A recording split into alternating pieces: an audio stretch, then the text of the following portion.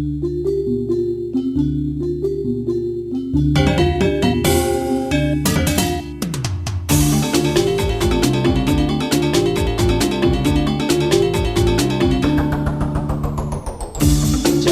baire, jaga hatuene, mangga entek, stata ajak, mok sata, jaga kita, jaga baline.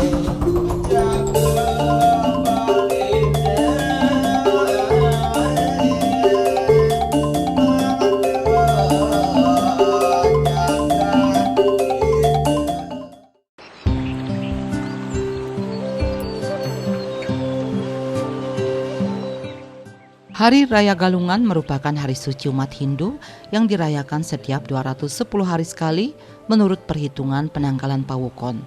Sejumlah sumber menjelaskan bahwa perayaan Hari Raya Galungan dan Kuningan ini memiliki makna sebagai perayaan kemenangan Dharma atau kebaikan atas adharma atau kejahatan. Kemenangan itu dirayakan sebagai ungkapan kegembiraan sekaligus syukur kepada Sang Yang Widiwasa. Adapun kejahatan yang dimaksud adalah sifat buruk yang ada dalam diri manusia. Hari Raya Galungan sangat erat kaitannya dengan kemenangan Dharma atas adharma, sehingga dirayakan sebagai ungkapan kegembiraan dan kemenangan. Sejumlah rangkaian kegiatan mengikuti jelang perayaan Hari Raya Galungan dan Kuningan yang dirangkai dengan proses upacara baik di tingkat keluarga maupun di luar. Mulai dari yang jatuh pada Caniscar Kliwon Wuku Warige atau tepatnya jatuh 25 hari sebelum Galungan, di mana tumpek warige juga disebut dengan tumpek pengarah. Pada perayaan itu, umat Hindu memuja Sang Yang Sangkara sebagai dewa kemakmuran dan keselamatan tumbuh-tumbuhan. Perayaan tumpek warige dilakukan dengan menghaturkan banten atau sesaji yang berupa bubuk atau bubur sumsum berwarna. Peringatan tersebut merupakan wujud cinta kasih manusia terhadap tumbuh-tumbuhan.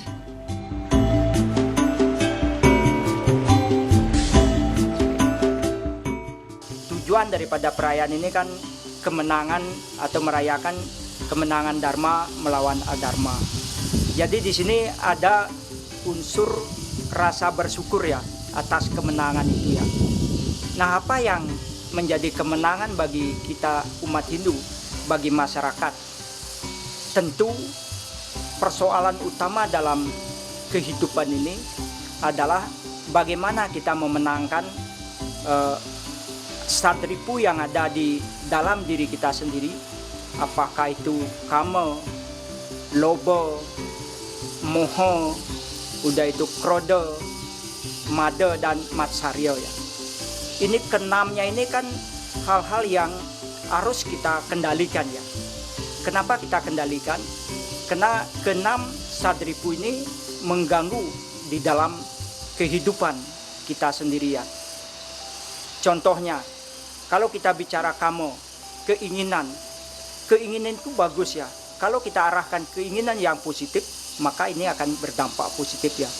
Tetapi kalau keinginan nafsu yang kita turuti, padahal itu bukan kebutuhan hidup, bukan kebutuhan di dalam beragama, maka ini akan cukup membahayakan. Udah itu kroda, kemarahan. Kita boleh saja marah, itu bagian daripada hidup. Tetapi kalau kemarahan yang berlebihan, ini akan membahayakan. Baik itu menyebabkan perkelahian, pembunuhan, dan seterusnya. Selanjutnya terhadap moho. Begitu kita bingung ya. Bingung di dalam menghadapi kehidupan ini juga akan berdampak tidak baik ya. Selanjutnya termasuk lobo. Kalau kita serakah dalam hidup, maka ini akan juga berdampak negatif terhadap lingkungan, terhadap diri kita sendiri ya. Apalagi mada ya, mabuk ya. Ini mabuk ini juga sangat tidak baik ya. Karena kita mungkin saja memerlukan beberapa minuman ya. Tetapi kalau itu dilakukan berlebihan, maka ini akan juga berdampak negatif ya. Selanjutnya matsarya, iri hati, dengki ya. Ini akan membawa aura yang tidak baik bagi kita umat Hindu ya. Nah, kalau kita mampu mengendalikan sadripu ini, maka kami yakin bahwa kehidupan beragama, kehidupan dalam kegiatan sehari-hari ini akan membawa dampak yang positif ya. Galungan itu berasal dari bahasa masa kuno yang artinya adalah menang atau suatu pertarungan. Jadi galungan itu juga disebut dengan dungulan yang mempunyai arti sama, yaitu menang. Jadi di Jawa buku ke-11 itu disebut galungan, sedangkan di Bali buku ke-11 itu disebut dungulan. Namanya berbeda tetapi maknanya satu, artinya satu, yaitu menang. Jadi arti dari galungan itu adalah sebuah upacara yang sangat sakral, yang diberikan kekuatan supaya bisa atau mampu membedakan dharma dan adharma. Juga secara simbolis manusia harus mampu bisa menegakkan dharma di atas adharma. Di mana Hari Raya Galungan bagi kita di kaum milenial ini bermakna sebagai spirit kemenangan daripada dharma. Nah, sementara dalam lontar dan lain sebagainya bahwa galungan ini merupakan kemenangan dharma melawan adharma.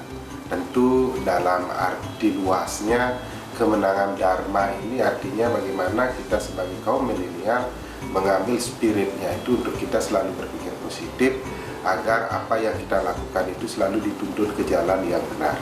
Nah, itu yang dilakukan oleh kita semuanya untuk memaknai daripada pemahaman daripada Hari Raya Galungan.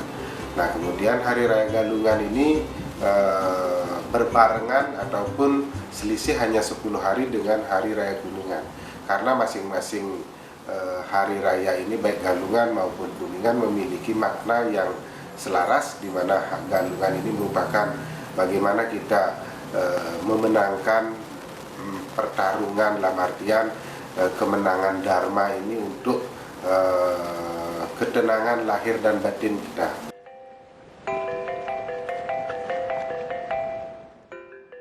Pada dasarnya, memaknai galungan dapat dibagi dalam tatwa, susila, dan upakara, yaitu dari mempelajari filsafat hingga pelaksanaan rangkaian upacaranya.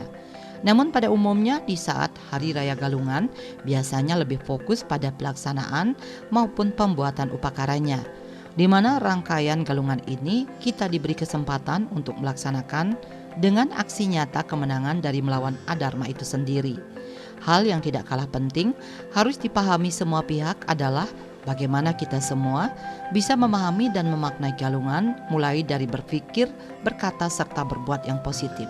Hal ini dapat diimplementasikannya pada kehidupan sehari-hari.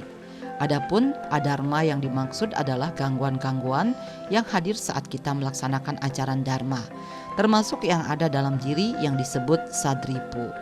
Jika kita dapat melawan sadripu atau diri sendiri, maka akan lebih besar kita dapat maknanya daripada kita menang dengan musuh dalam perang.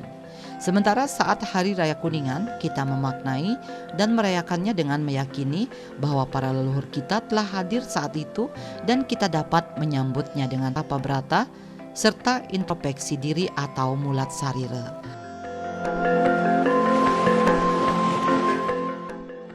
Apa yang kita akan pahami terhadap kemenangan dharma melawan adharma ini ya, setelah kita mampu untuk mengendalikan diri, memerangi daripada sadripu, maka ajaran agama Hindu yang paling hakiki kita harapkan adalah bagaimana kerangka dasar agama Hindu. Kerangka dasar agama Hindu ini kan terdiri dari tatwa, susila, ritual. Ketiganya ini adalah satu kesatuan yang harus utuh ya, baik itu tatwa, susila, dan ritual. Kalau orang mengatakan bahwa tatwa, susila, ritual itu bagaikan telur ya, ada kulitnya, ada putihnya, ada kuningnya ya. Ya tentu tujuan akhir daripada kehidupan beragama ini adalah tatwa. Bagaimana tatwa ini bisa dilakukan dengan baik? Ya tentu harus ada keseimbangan antara upacara, susila, dan tatwanya.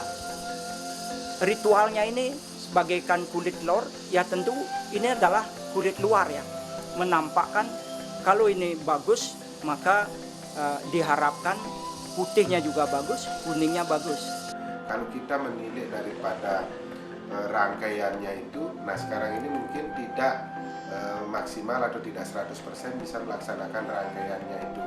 Nah tentu kita bisa maklumi hal itu. Karena apa? Karena mungkin pergeseran daripada kehidupan masyarakat yang dulu dengan yang sekarang ini sudah banyak yang berbeda. Yang sekarang ini mungkin mereka banyak yang mungkin bekerja di suatu perusahaan, sehingga mereka tidak bisa melakukan secara maksimal seluruh rangkaian yang diamanatkan dalam rangkaian Hari Raya Galungan tersebut. Nah, sehingga masyarakat kita, masyarakat Bali kebanyakan mungkin dalam hal ini dalam perayaan Raya Galungan itu paling bisa di sisi penampahan Hari Raya Galungan dan Bandes Galungan, paling itu yang diambil. Nah, bukan berarti kita melakukan pergeseran daripada rangkaian Hari Raya Galungan. Dari beberapa sisi kelompok masyarakat tetap mereka bisa melaksanakan ini, tetapi banyak masyarakat, mungkin kalau kita hitung secara persentase mungkin lebih banyak yang tidak bisa mengikuti rangkaian itu karena mereka terbentur dengan jadwal kerja mereka.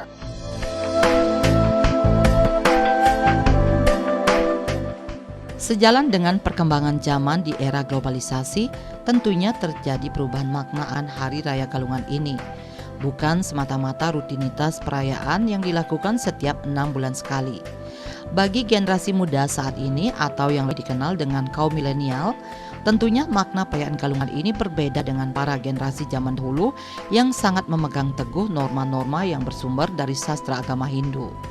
Walaupun masyarakat Hindu telah melaksanakan dan memaknai Galungan dengan cara gaya dan kemampuannya masing-masing, namun masih terlihat adanya kekeliruan dalam melaksanakan maupun memaknai Galungan dan yang lainnya. Salah satunya adalah saat orang-orang tidak melaksanakan apa yang patut dilaksanakan pada hari tersebut, seperti tidak sembahyang dan malah melakukan kegiatan lain yang tidak berhubungan di saat hari Galungan dan Kuningan. Seperti halnya pembuatan dan pemasangan pencor yang saat ini dinilai banyak mengalami perubahan. Kita sebagai generasi muda dan termasuk kaum milenial dapat memaknai daripada agama ini bukan hanya sebatas bersyukur dengan kegiatan Galungan ini adalah melakukan pesta-pesta ya, dengan melakukan pesta-pesta babi ini ya, berapa menghabiskan babi, udah itu penyornya yang megah dan upacaranya yang luar biasa.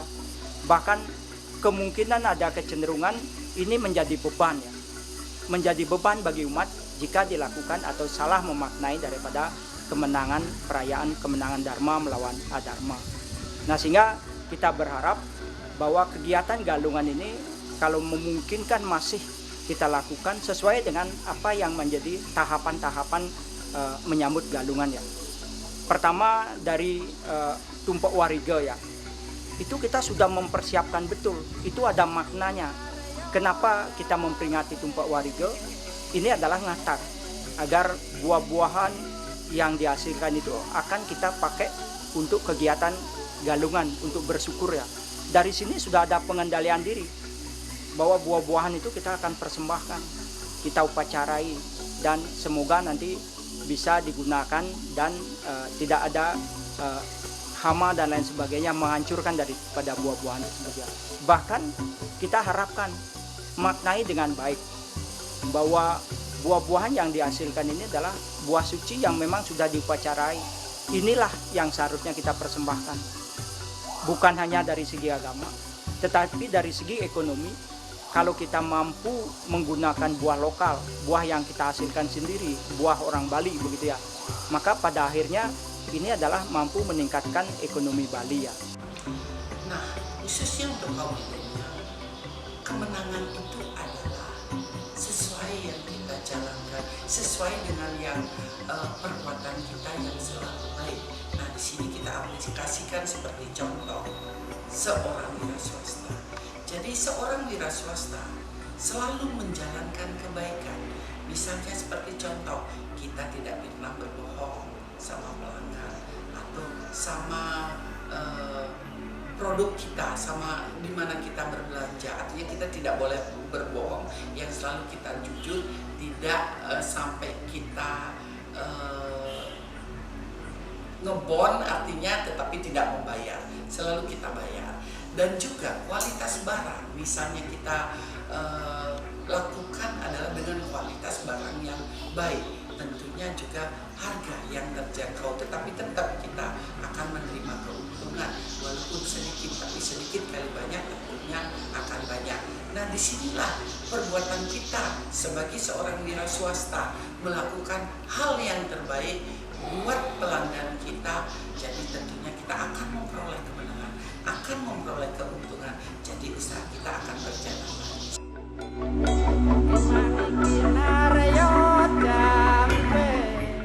Bagi kaum milenial saat ini, dalam memaknai Hari Raya Galungan dapat diimplementasikan pada kehidupan nyata.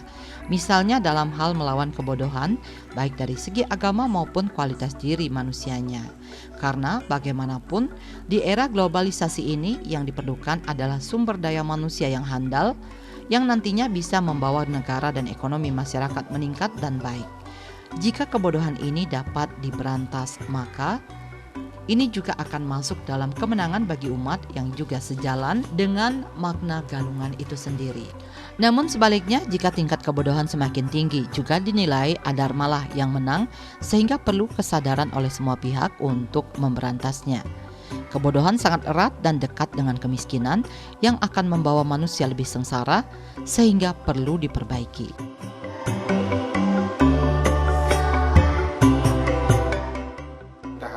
Bisa memahami bahwa kemenangan Dharma ini adalah salah satunya adalah untuk bagaimana kita melepaskan diri daripada kebodohan. Nah, kebodohan itu tentu dari berbagai sudut pandang. Salah satunya bagaimana kita memiliki kemampuan untuk mempersiapkan diri agar bisa kita bersaing nantinya ke depan, baik itu secara skill, knowledge maupun terkait dengan etika atau pendidikan.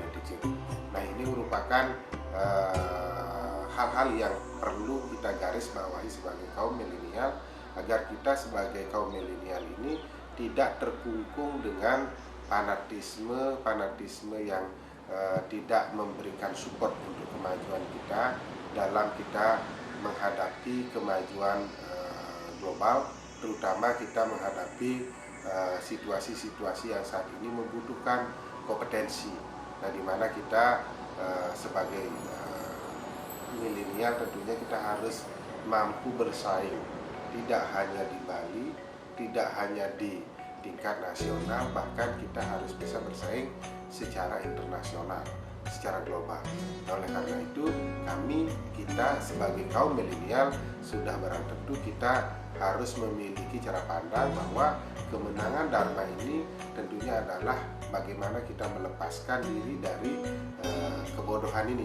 Nah, kebodohan dalam artian seperti yang kita sampaikan, kita harus mau introspeksi ke diri sendiri, ke dalam diri kita, bagaimana kita mau meningkatkan terkait dengan skill, knowledge, dan attitude, terutama untuk mencari kompetensi yang dibutuhkan di persaingan global. Nah, kalau kita sekarang banyak orang Bali yang saat ini tidak seperti dulu lagi, yang memiliki mungkin lahan pertanian yang masih luas, kemudian memiliki warisan yang banyak. Nah, banyak di antara kita orang Bali yang tidak memiliki itu.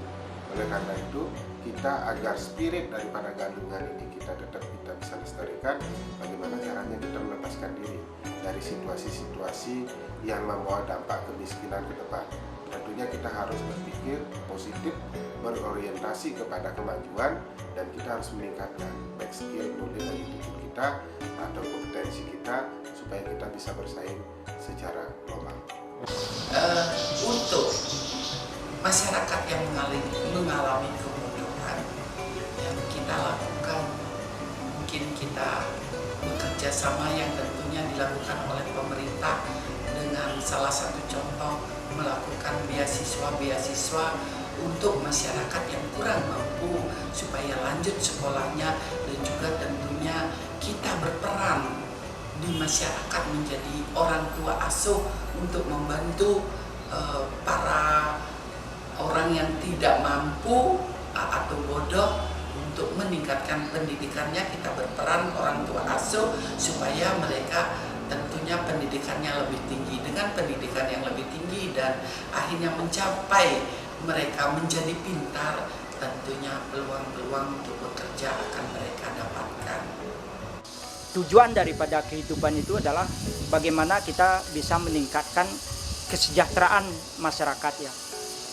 Kita semakin hari, semakin tahun sesuai dengan pembangunan, ya tingkat kualitas manusia ini harus ditingkatkan, termasuk kesejahteraannya ya. Apa yang kita lakukan?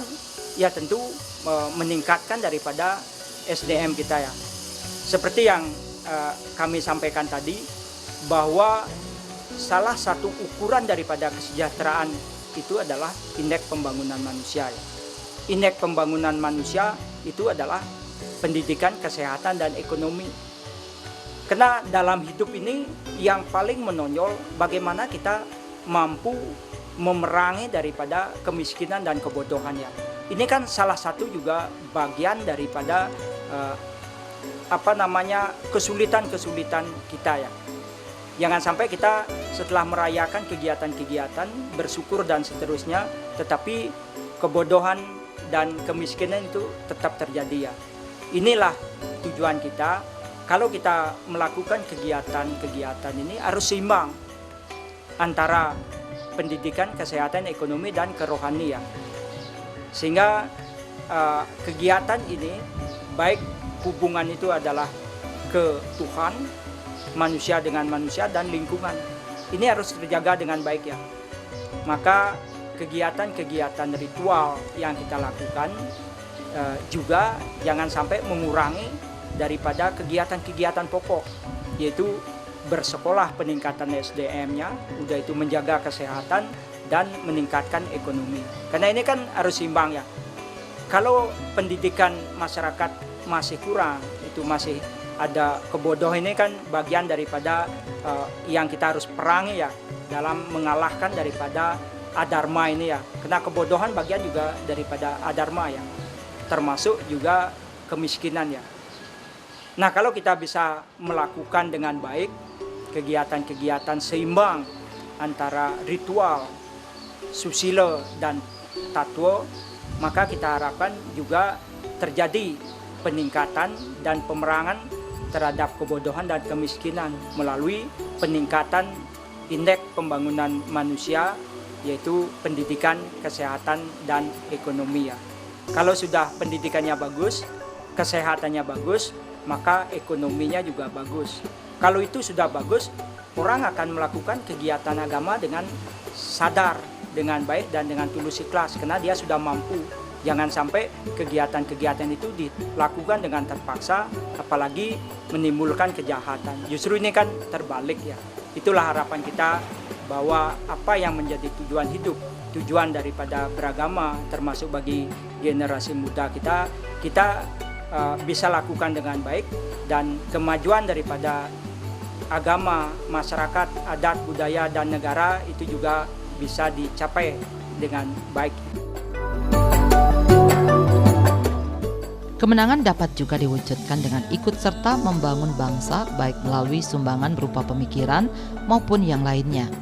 Terlebih generasi muda merupakan tulang punggung bagi kemajuan sebuah negara, sehingga kualitasnya perlu ditingkatkan. Kemenangan dalam persaingan dalam artian positif juga diperlukan dalam hal untuk memajukan bangsa dan negara, sehingga bangsa kita tidak tertinggal. Terlebih sebagai negara sedang berkembang, diperlukan peran semua pihak untuk turut serta berpartisipasi sehingga mampu bersaing dan unggul dengan negara lain. Begitu pula bagi daerah tempat kita tinggal, hendaknya juga bisa tumbuh berkembang serta bersaing dengan daerah lain dalam usaha meningkatkan kesejahteraan masyarakatnya. Kemenangan inilah yang perlu diwujudkan para kaum milenial dalam hal memahami Hari Raya Galungan dalam kekinian.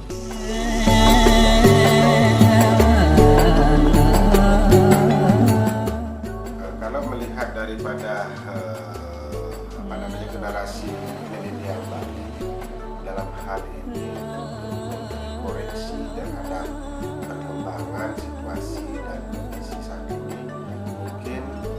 kemenangan dharma yang dilakukan ini bisa dijadikan spirit untuk menjadikan kemajuan terhadap diri sendiri, terutama terhadap perekonomian kaum milenial Bali. Dalam hal ini, kalau kita berorientasi kepada mungkin bekerja di sektor-sektor yang mungkin ada di sekitar kita, nah itu kalau kita di awal dengan kemampuan yang mungkin belum memadai, kita tidak bisa mendapatkan hasil yang begitu maksimal. Dalam hal ini kita sebagai milenial Bali tentu kita bisa membayangkan bagaimana kalau kita memiliki kemampuan atau kompetensi yang orang-orang luar negeri itu juga miliki. Ekonomi Bali sudah kita sampaikan juga kemarin. Marilah kita bersama-sama mempergunakan produk lokal yang tentunya produk lokal kita manfaatkan, perekonomian Bali semakin meningkat, dan juga kita sudah menyarankan dari para petani buah supaya menjaga kualitas dan kuantitas dari buah itu supaya digemari tentunya dari kita lokal, baik juga mancanegara, baik juga masyarakat nasional atau nusantara yang datang kembali. Jadi harapan kami pada saat Hari Raya Galungan ini, marilah kita bersama-sama mempergunakan buah lokal kita demi untuk meningkatkan perekonomian kita. Meski hidup dan tumbuh kembang di era globalisasi, namun kaum milenial hendaknya tidak melupakan adat dan budaya yang bersumber pada agama. Karena adat dan budaya akan melahirkan norma-norma yang mengatur perilaku manusia dalam kehidupan sehari-hari. Kualitas tanpa didasari akhlak yang baik tidak akan menjadikan negara akan maju, namun justru sebaliknya akan hancur. Karena semua yang dilakukan akan berdasarkan pada persaingan ke arah negatif, bukan sebaliknya positif. Ego masing-masing manusia akan muncul karena merasa paling berkualitas. Bentengi hal ini tentunya diperlukan pola pikir yang baik bersumber dari ajaran agama.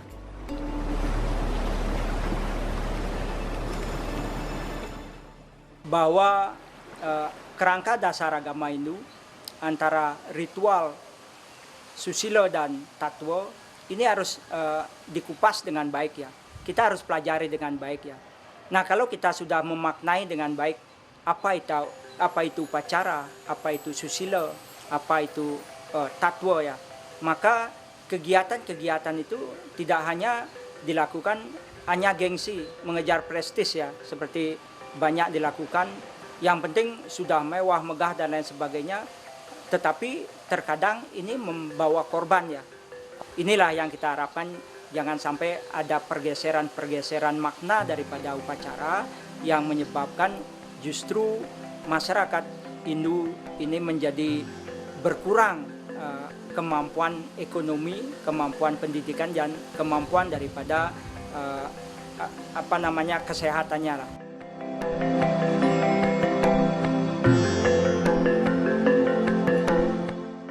Banyak hal yang perlu diwujudkan dalam memahami perayaan Hari Raya Galungan, Kuningan maupun hari-hari besar lainnya dalam kehidupan sehari-hari. Bukan sebaliknya dinilai sebagai salah satu rutinitas yang perlu dilakukan di hari-hari tertentu. Para pendahulu kita telah mengajarkan bagaimana nilai-nilai luhur menjadi pedoman dalam bertingkah laku sehingga tercipta insan yang berkualitas. Hal ini tentunya menjadi pedoman bagi kaum milenial atau generasi muda sekarang untuk bisa memahami semua itu baik dalam menjalani rangkaian demi rangkaian pelaksanaan hari raya. Begitu pula dalam persembahannya haruslah berdasarkan atas tulus ikhlas seperti apa yang terkandung dalam artiannya, yakni persembahan yang tulus ikhlas.